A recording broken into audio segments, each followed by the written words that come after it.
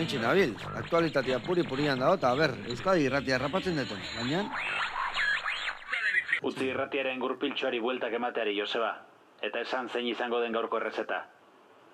Lasai, berdin da, neuk esango dut. Bakailo ostopila, baratxuri fresko nahasiarekin. Hau ez da posible. Bai, posible da. Eta ahoa izten baduzu hobeto. Bestela telebistako eulia platoetan ibiltzen den hori irentxe egingo duzu. Ai, ama, esan duen bezala. Ostopila bakailoak inprepatuko du.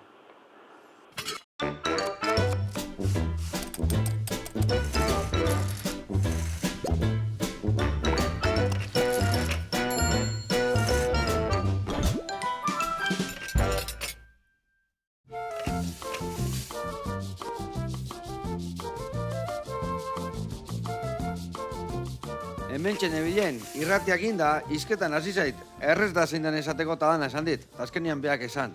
Baina ez da irratia izan, baizik eta irratiko ahots bat, Iñaki guri diongetorri. Eskerrik asko, Joseba. Zer moduz? Ondo, gustora, hemen egotearekin. Zenbat urte irratian ja? Ba... Arpegia, ez zaizu errez jartzen, baina ahotsa zeituan, Aspalditxo hasita, jaku ere adinean aurrera guazta, bai, 25 bat urte izango dira, seginela. Ondo, bai, ni entzuten hasi naizenetik zu hortza hode, hitz egiten. Bueno, eta faktorian hortxe biltzea puri-puri bai, hortxe biltzen gara. Goizean goiz hasita eta Euskal Herrian eta munduan kontatzen dena, gertatzen dena kontatzen saiatzen gara bintzaten zuleari. Goiz esnatu ber, eta gaina adi esnatu ber, ezta? Eta informazio guztiekin, eskuan. Bai, egia esan, bai, goizago mugitzea tokatzen zaigu, egia da lantalde zabala gaudela, gauean lehenengo lankideak lehentxeagotik lanean hasten dira, eta gu gero xago iristen gara, eta ematen diogu forma aktualitateari. Egunkariak irakurtzitu puri-purian hor gaur eguneratzeko, edo hik deitzeiok egunkarikoa izegarri. Ez, egunkariak erabiltzen ditugu oinarri bezala, eta gero bestelako informazio iturri batzuk ere badauzkagu, eta geu landutakoak ere bai, baina bai, goizetan egunkaria bai izaten da referentzia bat bai guretzate. Basekia zukalde nabila izela, Bueno, gustora ibiltzen gara. Batzutan asmatzen dugu gehiago, eta irratian bezala, batzutan asmatzen dugu beste batzutan ez, baina ibiltzen gara. Bueno, eta gaurko errezeta, euk esangoek, zein dan gaurko errezeta? Bakailo ostopila, baratxuri fresko nahasiarekin. Ikasi berko jantik egola lase eta garbitziten, Venga, adi lagunak guantxasiko gata.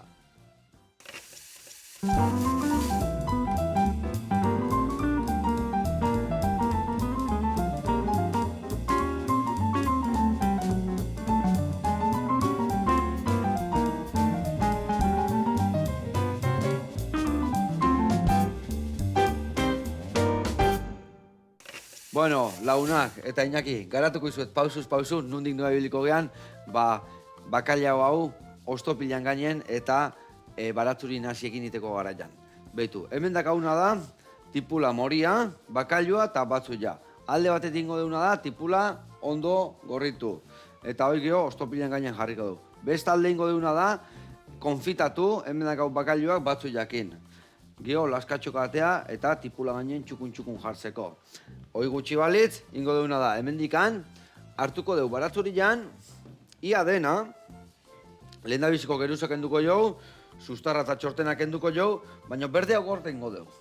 Zeratikan, gio esango zu, gio ingo deulako emulsio bat, hola, alioli berezi bat, baina ez dugu, ez batzuia erabiliko, eta ingo deuna da, osto berde honekin kolori emango jo, maionesa horrei eta gaina batzu izapori hartuko.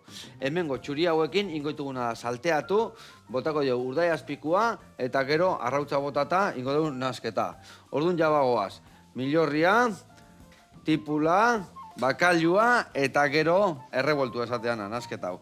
Eta gero gainetikan botako dio errukula pixkat eta errukulan gainetikan ingo dugu ospinakin eta arrautzakin eta baratzurian berdiakin, maionesa eta errukulan gainetik botako dugu. Eta ostopila, hotzian dakau, bere bian hijoa, bakizue.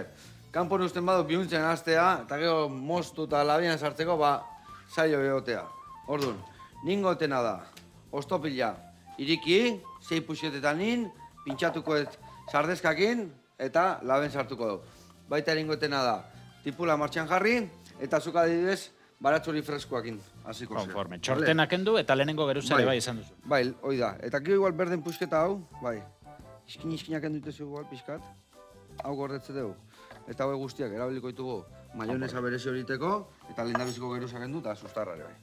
Vale, bueno, Iñaki, idatzizko komunikabidetan indezu lana, telebistan, irratian, esategu irratiek xarma berezia dakala. Bai, ala dauka. Eta horrekin gehatu zean, edo... Bai, ni erosoen irratian sentitzen naiz, hitzarekin, soinuarekin, bestek ere badaukate euren xarma eta guztia, baina nik aukeran erosoago sentitzen naiz irratian. Telebistan aritu nintzen aldi batean, gaizki ez, gustora, eta irudiak lana egiteko beste modu bat ematen du, hori zuek ere badakizue. Baina irratia badauka. Makillatu eta horraztu eta holakoa. Eta badaude makillajea konpontzen ez dituenak ere, eta horiei ere aurre egin behar. Orduan, irratiaren eskutuan, kasi, hobeto ibiltzen gara, naiz eta irratian ere geroz eta gehiago ateratzen den irudia. Gaur egune irratiko irudia sare sozialetan eta podcastetan eta alde guztietan ikusten. Bai, eta gure saioa ere goizetan irratiz emititzeaz gain, Guau plataformaren bidez ere emititzen da, eta hor ikusteko aukera ere badago, irratiaren barrunbeak ikusi nahi dituenak ere badauka hortarako aukera.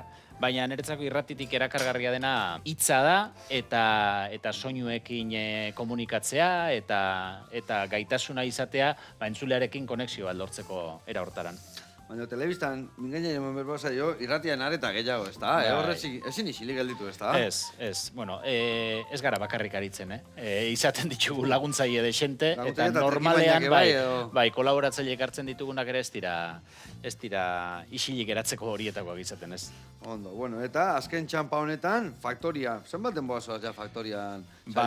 Begira, ni Euskadi Irratian hasi nintzen 2003an. Eta hasi nintzen Faktorian lanean. Faktoria hasi zen momentuan, orduan Susana Mujika zen gidari, eta han aritzen ginen lantalde zabal bat, gerora beste gauza batzutan aritu naiz, albistegietan, beste zeregin batzutan, eta orain goizeko Faktoria albistegian 2017an hasi nintzen lantaldean, eta azkenengo 6 urteak taldeak gidatzea, eta saioa aurkeztea tokatzen ari zait, bai.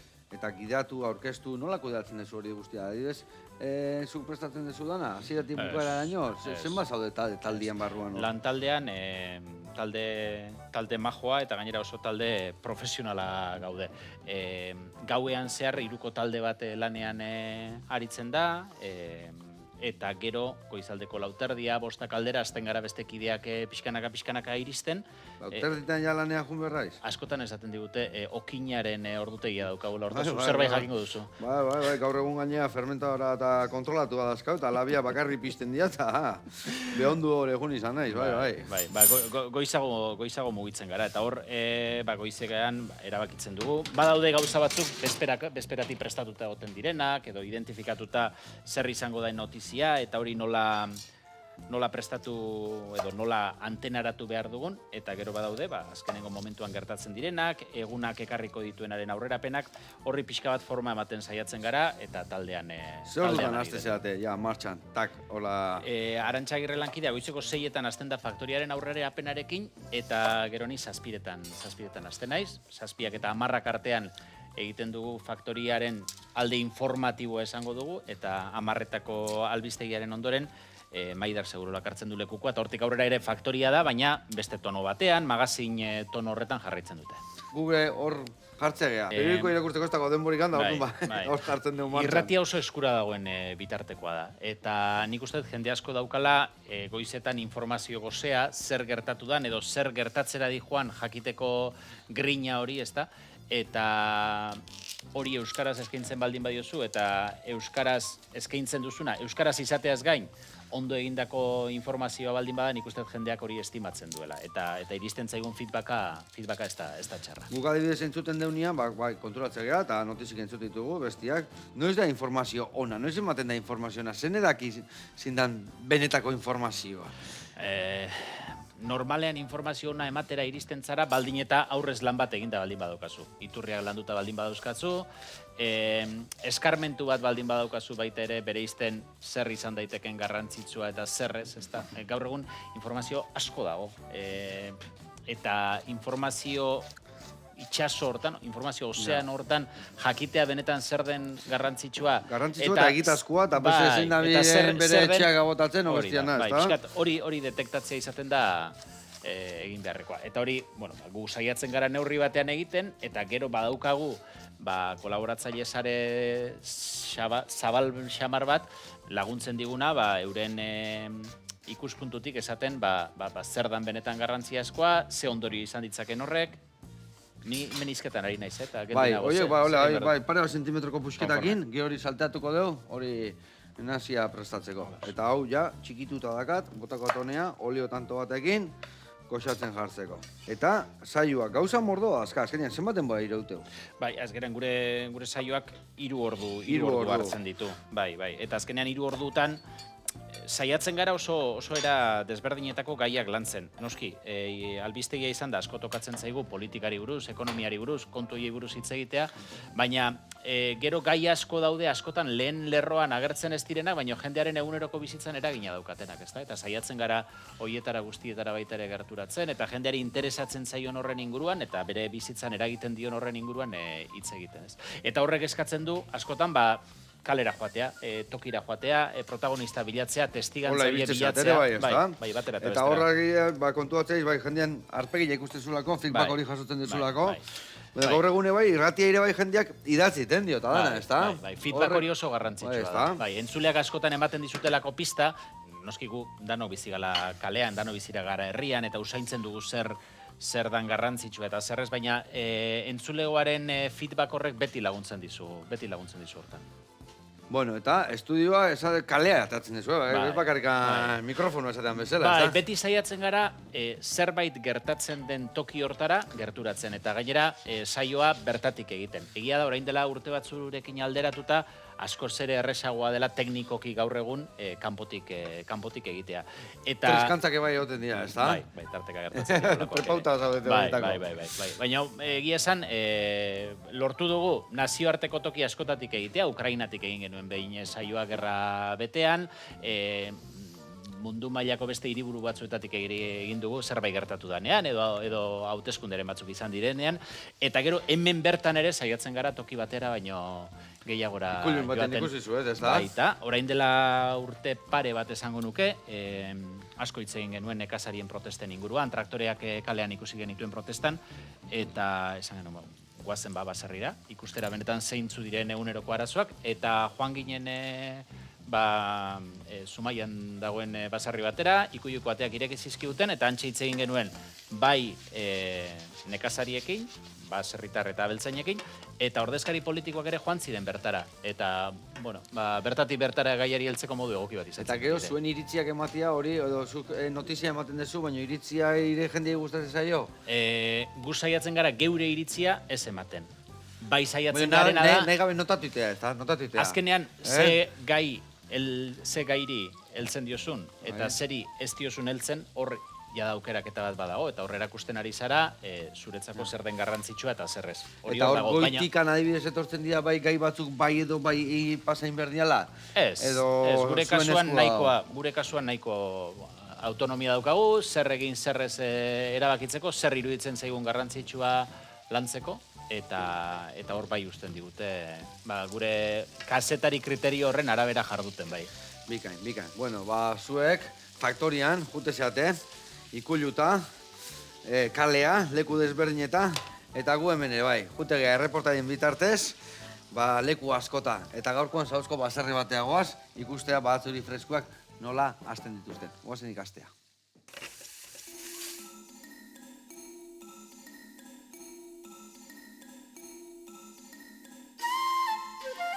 Haupa, gaixo, ni Mikel naiz, zarautzen gaude, Lurreko Bizia proiektuan, eta gaurkoan hitz egingo dugu Baratzuri freskoan inguruan. Baratzuria duela milaka urtetatik landatzean gauza bada. Erdialdeko Asian sortu zala esategu, eta gero India, Egipto eta Mediterreno aldea zabaldu zen. Elikagai sakratu bezala zekaen hartuta, eta sendagai bezala erabiltze zen baita, eta pentsatze zuen indarra ematezula, orduan lan gogorra egitezun jendiak eta asko kontsumitzezun. Gure kasuan, Baratzuria nola freskotako erabiltze deun, baratzuri burua oso ikartze deu, eta lurperatze deu, eta listo. Punta goraka utzi beharra, lurperatu eta listo. Begilak banatziare egongo litzake, baina hori gehioitea baratzuri burua nahi baldin bada. Guk hemen dakaun klima esiakin burua egiteko ez da leku ona, eta orduan baratzuri freskorako bai balio digu.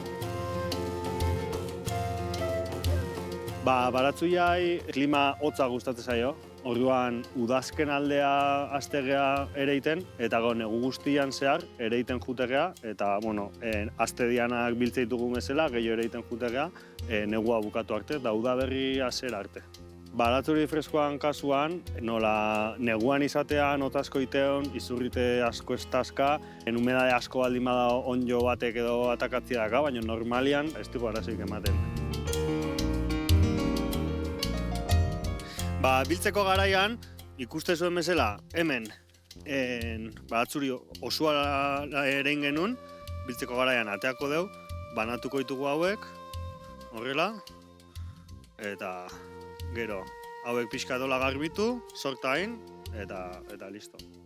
Baratzuri freskoak propiedade izugarri dazka, bihotosasuna hobetzeu, odolan presioa regulatzeu baita, eta immunitate sistema indartzeu. Zapore aldetikan baratzuria fuerte izangoa, edo gehiago pikatuko, eta baratzuri freskoa, bere freskotasun hori suabeo da, bisitasuna emateio, baina hori ez da fuertea. Ez du pikatzen bestia bezala. Ia plater guztitan nerabili dezakeu, gordinik ensaladan jartzia dakau, beste barazkiekin salteatuta jartzia dakau, edo egoste ditugunean baita nahaztia dakau, baina gehien nahi gustatzen zaitena da revuelto batian arrautzakin, edo tortilla batian. Nik etxean baratzuri sorta kanpoan eukitzet, baina osgailuan jaso ezkeo, 3 aste errex aguantatze ditu, eta kontserbatzeko beste modu bat izango zen, kristalesko pote batian, oliba olioakin goraino bete, eta hola denbora pilo bat aguantatuko izue. Guk merkatuan baratzuri freskoa sortakin da saltze deu, eta gutxi gorara sorta bat, 8 baratzuri freskoekin edo laindakoa, 2 eurotan saltze deu. Bueno, Joseba, espero dut ulertu izana, baratzuri freskoan erabilera eta propiedadeak, eta, zubak izu hemen gaudela hurrengoako baita, eta egongo geha, hurren arte. Agur! Aupa Mikel, artista hutza aiz, ze txukunakaken ire baratza, eta ze produktu eharrak itituken. Eskerrik asko, ze garrantzitsua, Bai. Gazte jendia ikustia hor, Bai. guk ondo elikatzen jarraitzeko. Bai. Aupai, eta gora, nekazari guztiak. Bueno, gurian jarraitzeko, hemen txe, tipula hemen ibili geha vuelta eta vuelta, eta hemen jarraituko dugu, vuelta eta vuelta.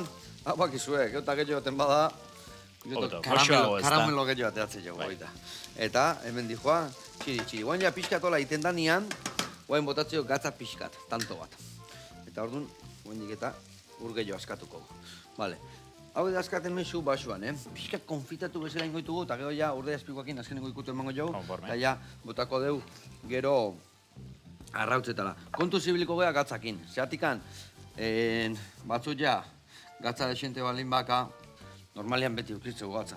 Eta gaina, sartaiti pasatzen dunean, oendik eta gatza ikutu gehiago hartzeko. Orduan, gero, tanto batako jau arrautzei, baino gutxi.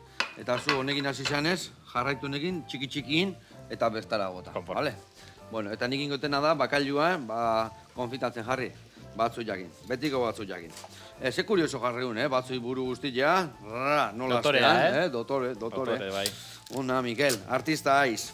Bueno, hemen, ni usten dut, hoi konfitatzeko, batzuiak alteik ez egiten da, lago bost jarriko eskiot. Bueno, eta, Iñaki, faktoria, zer da faktoria zuretzako?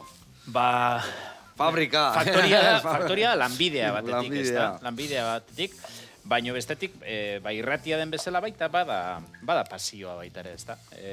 Egiten duguna gustatzen zaigun hoi, azkenean, laneko orduak bertan sartzeaz gain, bestelako eman bat ere egiten diogu, ezta? Eta da lantaldearen babesa, eta lantaldearen ekarpen hori, eta da azkenean, munduari begiratzeko modu bat, ez? Leio bat.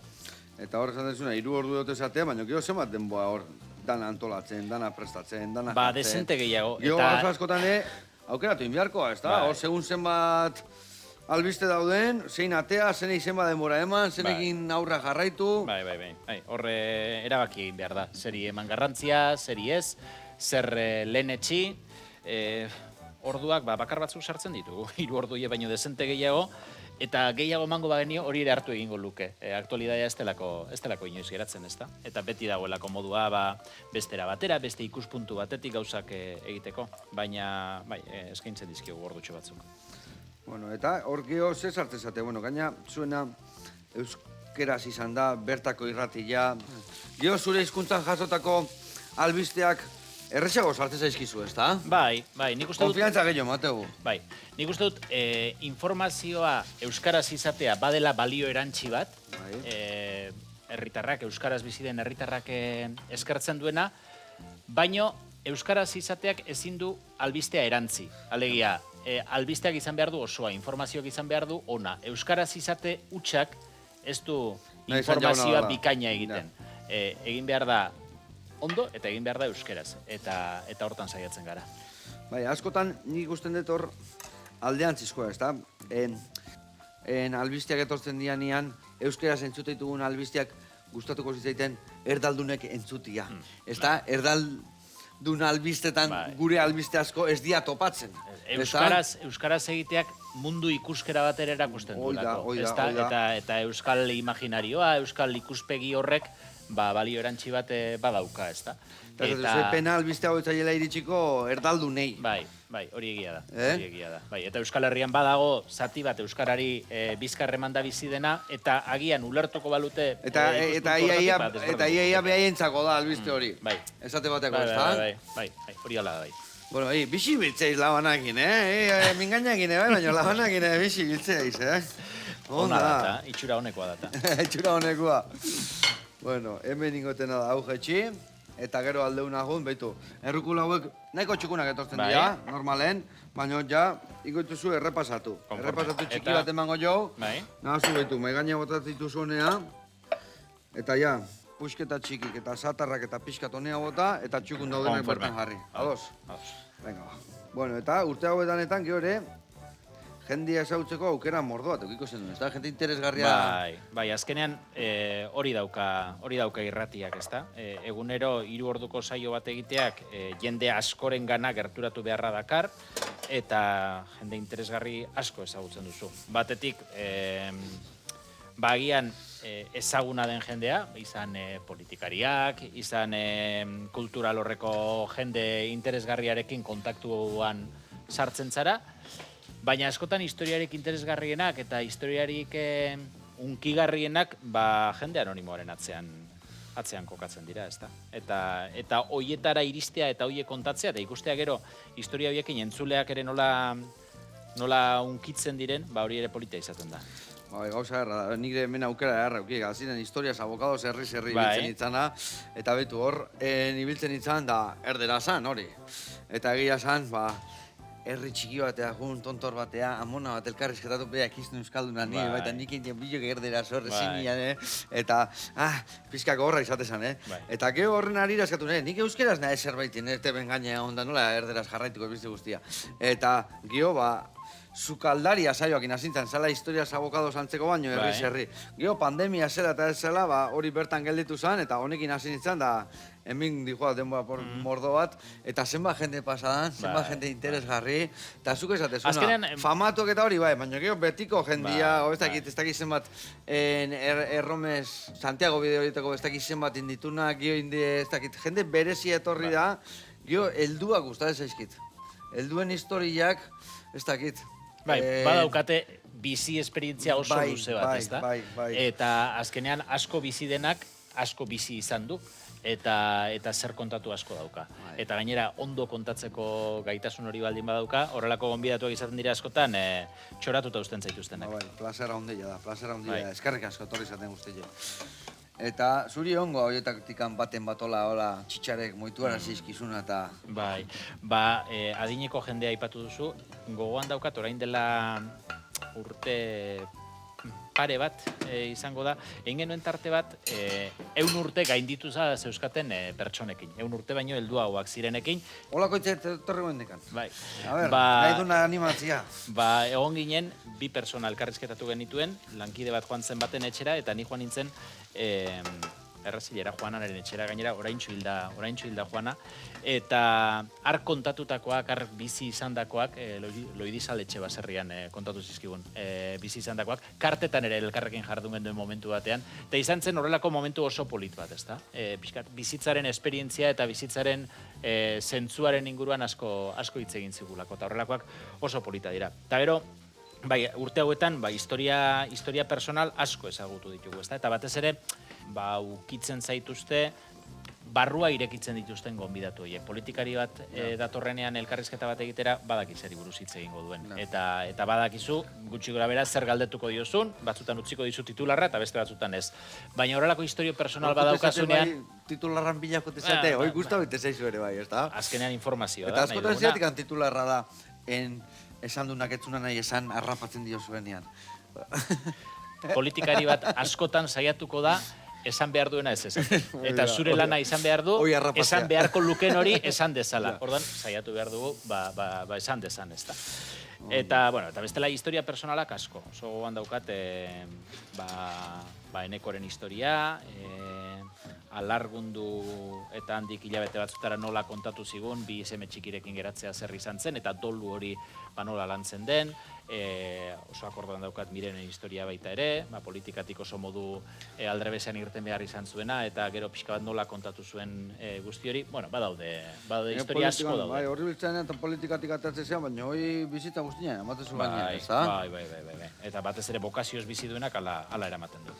Claro, eta askotan nik bokazioz bizi duna, bai, ni pentsatzen dut, ez dakit. Ogi bideat eukiduna, gero beste eukidu. Politikan bai alde baten daunak gero bestea baldu pasa, baina hor lanen ibili basea, hor ja jendiak etiketa bakartizunean. Bai. Hori zama izan daiteke. Batzurentzako aukera izaten da, beste esparru batzutara joateko, eta beste batzurentzako zama izaten da.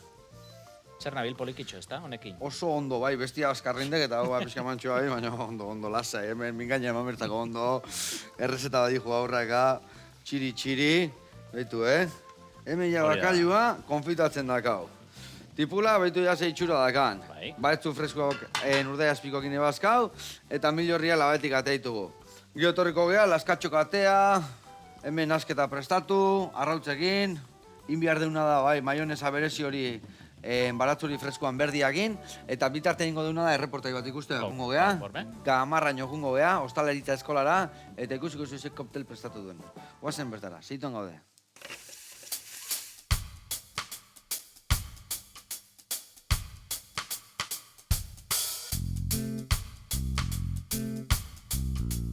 Eguerdian Joseba, Millot naiz, men gaude Gamarrako ostaleritza eskolan Gasteizen eta geurkoan koktel bat prestarko dizugu.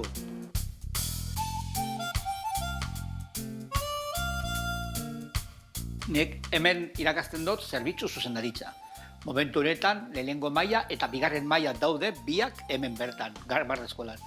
Bigarren mailakoak joan direia praktikak egitera, badaude enpresatan, hoteletan, eta lehenengo mailakoek daude momentu honetan bertan. Edozein ikasle badauka bi aukera. Bat, zerbitzuan erdi maila egiten du, edo zerbitzuak goi maila egiten du. Erdi mailan onarritzen da pixka bat basikoagoa, zerbitzuan nola atendi du, zerbitzuan nola eman, eta goi mailan ja gestioa pixka bat ere. Zukaldekin harremana gehiago, eta batez ere baizeroari arreta berezia. Hemen bezero bat zartzen denean, hasieratik ja atea pasatzen dutenetik, mailan jezarru bezain laster, bezeroa kontuatzen da, nora sartu da eskola batera, eta ikasle guztiak beraekin egongo dira momentu guztietan. Aurkezten dira ikasleak, eta horren ondoren, metrea, bakoitzak bere lana funtzioa du, eta horren ondoren, bezeroan gerota posago atera, guztiontzako beto. Beraientzako eta gure ikasleentzako ere. Guk ematen dugu jatetxe honetan, zerbitzu osotasunean. Zukaldean bertan prestatutako gauza jaten du jentea, ogia bertan egindakoa, eta postrea berdin-berdin guk egindako guztia.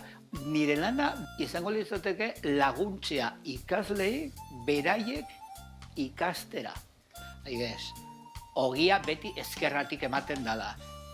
Ardoa edo ura edo edariak eskumatik pasatzen direla. Montajea nola izaten da, ez dakiz zenbat zentimetro kollara edo sardezka egon behar dela eskuman, edo eskerran zentimetrotara.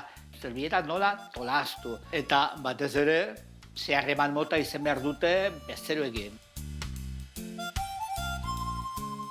Eta orain Jennirekin pasatuko gara. Nire ikasle bat da, eta berarekin koktel bat prestatuko dugu.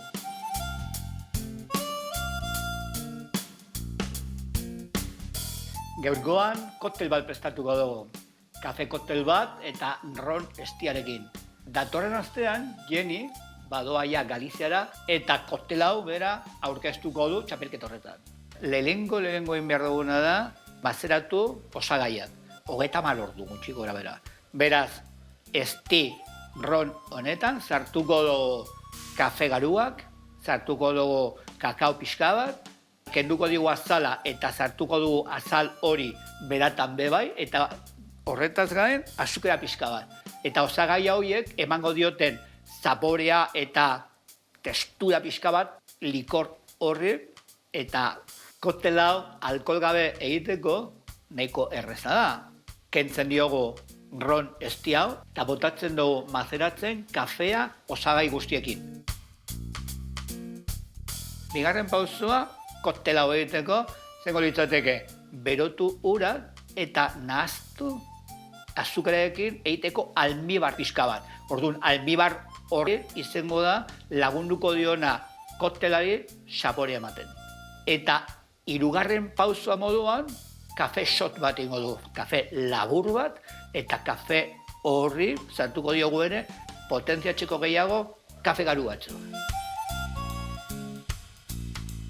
Dena ja daukagunean prest, lehenik eta behin egiten duguna da izotza sartu kokteleran. Izotza sartu onoren, botako diogu mazeratutako likorea, sartuko du kafea eta agitatuko du pixka bat, eta kopa otxituta daukagunez, kokteleratik iragazi egiten dugu kopa horretara, aterako da espuma gozo bat gaineko partetik. Eta ja daukagu koktela prestatuta.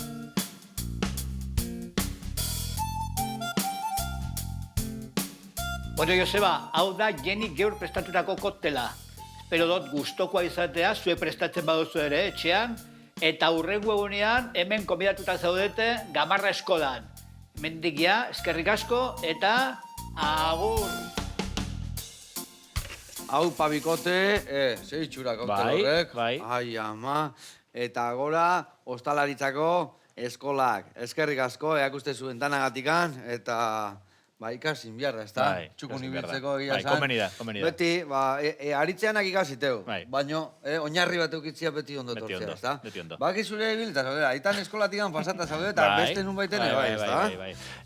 Ez maila profesionalen ez da gutxiago ere, baina bai, beti gustatu izan zait. Etxetik, gure etxean oso ondo jan izan da beti, gure amak oso ondo kozinatzen zuen, eta ark erakutsita lehenengo, desente ibili izan naiz, eta gero tarteak izan ditudanean, hola, ikastaro batzuk eta egin ditut, eta bai, gustora, lagunentzako. Bakite bai, Andaluziara juntzinala, ez da? Ikastaro matitea. Distantziara gehiago izan zen, distantziara gehiago aritu nintzen, bakarren batean joan nintzen bertara, baina distantziara ikasi nuen zerbait, etxean aldi bat egotea tokatu zitzaidanean, eta balio izan zuen horrek, gehiago Zezuka da izan ikasteko. mota gustal zeizu gehiena zerrekin? A ber, sozidadea zoaz gaur, eta zer Bai. prestateo zu lagunei, zer prestatuko zen duen? Egia esan arrainarekin asko disfrutatzen dut. Arrainaren testura desberdinekin, gero salsatxoak eta eginez, eta ogia egiten ere gustora ibiltzen naiz, eta Ona. reposterian ere, bai, pixka danetik, egia esan danetik. Bai. Bikain. Bai. Eta etxian, zoze simplitekenian eta hola, oso barazkila zalea zea? Bai, barazkiak sarri eta desente jaten ditugu, eltzekoak ere bai, babarrunak, garbantzuak, kontu horiek. Izokina gustatzen zait asko, eta izokina bai, labean egitea, baina gero marinatuta egitea ere gustatzen zait, eta hiltzen gara olakotan egiten. Ona. Bai. Bueno, hemen, Zer jarriko egin izun behar da? martxan honekin. Ados. Ekarriko izut, olioa, bale, gatza, Eta hor dakazu, baratzuri freskoan berdia, Bai. arrautza eta ospina ez dana bota, pixka, ole, txorrota Konforme. txiki bat. Bai. Eta horrekin gozuna da, maionesa prestatu. Eta nik hemen ikusi zue, milorria indakau. Lehen da bizi, Juan tipula, betu ze karamelo Bai, itxura da itxura ederra dauka. Hau, gio, dijoaz, bakailau laskatxo batzuk, eta hemen, prestatu berdet, nahazia. Baina ingo eta azkenengo momentun, bestela bakizue, gehiagik gortzea eta hori besten nahi. Bueno, jungo izena da hori laskatxo bateatzen igual hemen, txukun jazteko. Indetena da hori alde batea, txatik hau, botatzen jutea hemen bere zukua, okio hemen pilpil bat iteko ere, arra zukua gau. Hori ostu inbiar du, ligatzeko, baina, bai jua. Bueno, Iñaki, eta jendiai, ze gaietan erosoen aurkitzen da jendea, ze gustatzen zaio jendea itzutia? Noski, aktualidadea jarraitu nahi duenak albisteak entzun nahi ditu. Hori argi dago. Inpresioa daukat, urte batzuetan politika kontuekin jendea gehitxo bete dela edo betekada hartu duela. Eta badago asko interesatzen zaion jendea, baina beste jende bat agian pixka bat horrekin bete eginda. Orduan, noski horri buruz hitz egin beharra daukagu. Politikak eguneroko bizitzan gauza asko baldintzatzen dituelako, baina hortaz gain, era desberdinetako gizartean kezka eragiten duten gai hoiek, lorpenak izan daitezkena, jendearen esperientzia positiboak, hoiek ere jendea gustora entzuten ditu. Azkenean, aktualitatea kontatzea bada neurri batean bizitza kontatzea, ezta? Eta orduan, bizitzan gertatzen diren gauza hoiei buruz iruditzen zaite. Eta hori jendia, eta zuri, zu nun aurkitzen zea erosoen? Egia esan, iztuna komunikatzaile hona denean, kontatzeko daukana interesgarria denean, izan daiteke politika kontu bat, izan daiteke bestelako gizarte gai bat, kultura kontuetan ere eta kultur sortzaile interesgarriekin ere oso elkarrizketa eta solasaldi mamitsuak izan ditugu, egia esan dana interesatzen zait. Bai. Baina egongoa momentua ez dakit, zinemaldia datorra. Bai, horrelako badaukate, bai. Egia da politikariekin askotan gertatzen dela, eguneroko martxan asko hitz egiten dugunez horri buruz, gutxitan lortzen dute zuri sorpresa ematea, ezta? Bestelako testigantza batek askotan ematen dizu bat. Eta holako aldi bereziek, zinemaldiak esate baterako, edo hauteskunde aldiak gerturatzen denean, ez? Hauteskunde egunak, hauteskunde gaua zer esanik, badaukate holako berezitasun bat. Hauteskundean berezi izatea, ez da? Egun potentia da, mundu guztia goten da horren zaie bai, baina emaitza etorri baino lehenu, badakigu zinek irabazikon. Hor oso ondo ditugu kaleko inkesta horiek eta. Ez beti. Ne iruditzen zait, badakila inkesta, zeatik zeuzenian inkesta egin da, venga, guazen. Tarteka hor sorpresaren bat ere izaten da. Tarteka izaten da, eta eskerrak. Dana aurrez jakingo bagenu, ze emozio gutxi, ez da? Ze emozio gutxi. Baina egia esan, askotan ez dakite eun estu ematen, baina portzentai altu batian asmatzen da, ez da? Bai. Geroz eta baldin eta inkestak aurrez oso norabidetuta ez baldin badaude, egia esan gaur egun dauden teknika demoskopikoek badaukate asmatzeko gaitasun handia, bai. Bueno, hementxe. Bueno, hasi gingo naiz, ez? Zerata pixkat ateratzen. Eman, eurra lasai, entzute zaiguta. Betu, egingoetena da, huevos rotos esatean bezala. Arrautz naziak. Dana naztu barren, kusiko zuen, zuringua gungo nahi zor puskatzen, eta gero gorringuak azkenengo momentuan puskatuko ditut, gorringo pixkat gordina egoteko, gure gaurko platerian. Vale, horrelaz, Ez diot botako ia gatzikan, zeratikan urde ezpikoa, desente xigortu deu, eta desente ikutu zekan, gatzan. Orduan hemen, montaia iteko. Honea. Igual ja plateran gainean ningo de montaia eta dana. Platera hartu, bertan jartzen jun, txukun. Kusi zue, arrautza gorda askat, ez naiz astu. Eta guan juten naizena da, behitu, zuringoa puskatzen.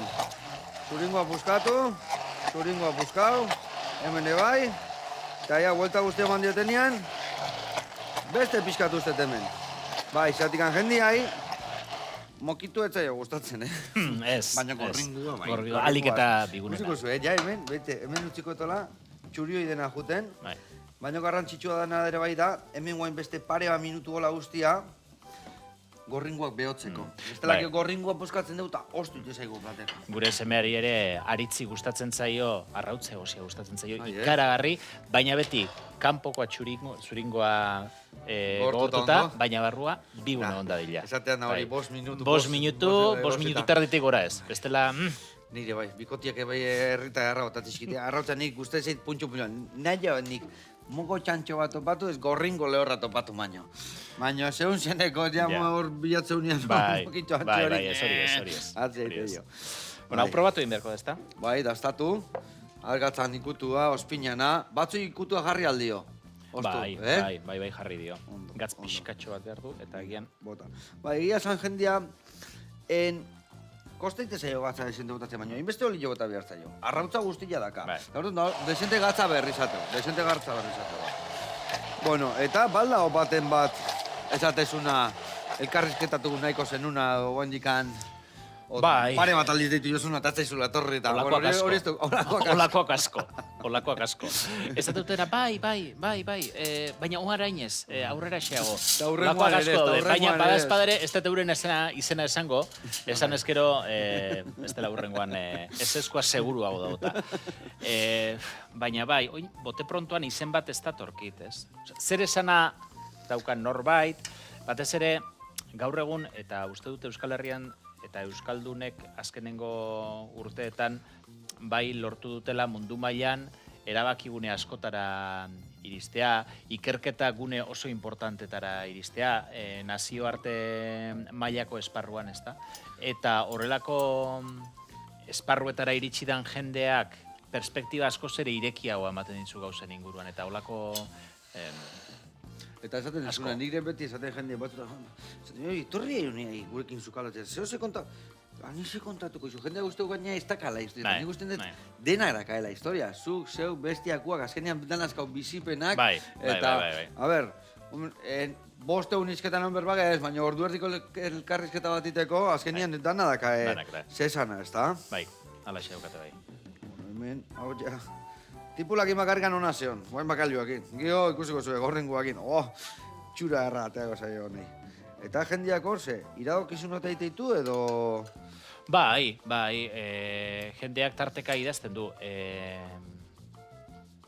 Irratira, garai batean irratira asko deitu egiten zen, da oraindik ere saio batzutan eusten zaio horri, baina WhatsAppa bihurtu da azkenengo urte hauetan entzulekin feedbacka izateko modurik zuzenena. Feedback hori askotan positiboa izaten da, zerbait gustatu zaiela, testigantza batek indarra izan duela esateko. Tarteka Batzutan aukera gehiagi emate zailere bai, esatzen mikatzen. Bai, tarteka kritikak ere badaude. Gero badago jendea entzun nahi duena soilik bere iritziarekin bat datorren iritzi bat, eta nik uste dut beste zerbait entzutea beti izaten dela berazgarri, danontzat, ezta? Gure pentsamentu hortatik mugitzen gaituen zerbait entzuteak beti izaten du, beti aberazten du persona, ezta? Baina, bai, jendea bai proposatzen du, arai buruz hitz egin nahi nuke, besteari buruz, eta gu oso eskertuta jendeak parte hartzen duelako. Azkenean, horrek ere, ematen digulako, laguntzen digulako, nondik nora joan erabakitzen, ematen dizkigulako pista honak. Goizetan esate baterako oso garrantzitsua izaten da jende askok errepidetik entzuten gaitu. Eta askotan pasatzen da guri segurtasun sailetik edo foruzaingotik istripu baten berri eman aurretik entzuleak esaten dugu. Halako tokitan nago eta ez dut ikusten zer pasatu den, baina hemen autoia da luzea daude. Eta hori beti izaten da beste entzule batentzako oso lagungarri. Iepa, gorringua. Eta, esaten dezuena, oso lagungarri, eta hori bai diala notiziak, baino momentuan eman behar dianak, ez da? Hori ezin da, mendigan, 3 orduta eman, ez da, perrikan da. Hori momentuan eman behar da, eta jende asko korren arabera erabakitzen du, bide alternatiboa hartuko dut, edo beste tokiontatik joango naiz. Bai. Bueno, hau listo, orduan, puntxo jarri eso, ez da? Bai. Ba, egun notizien bat eba ezatezu. Bueno, onta zintzen. Batzutan bai. Gaur berriz ere hau, ezta? Bai. Badirelako egun batzuk, danlari buruz asko errepikatzen diren notizia batzuk, eta agian dagoen nobedadea txikia da, baina, bueno, eman beharrekoa da. Horre dauka itxura, Joseba. Pena emateu, gorringo bat apatingo teu pixka, baina, esateu berde pixka gamer dala. De lo que come el grillo poquillo, esatea, baina, bueno. Bontaka lleva gainetikan, horrela, xe. Iepa. ona. Eta nire bai, bestia. Gaur berde desente daka eta aita ez diot perexila jarriko, bale? Berde desente daka eta ez da asko somatuko. Hau, barruan jarri, eta inditugu. Hemen jarriet, beste gorringo bat eta bakalio pixo eta euken hilasa iretzako beste prestatuko jo gantxe, bale? Bueno, launak, mi esker horreateatik, zuri egunero irratian egoteatik, eta eskerrik asko. Zeuri, eskerrik asko. Gore handi bat. Agur, Agur launak.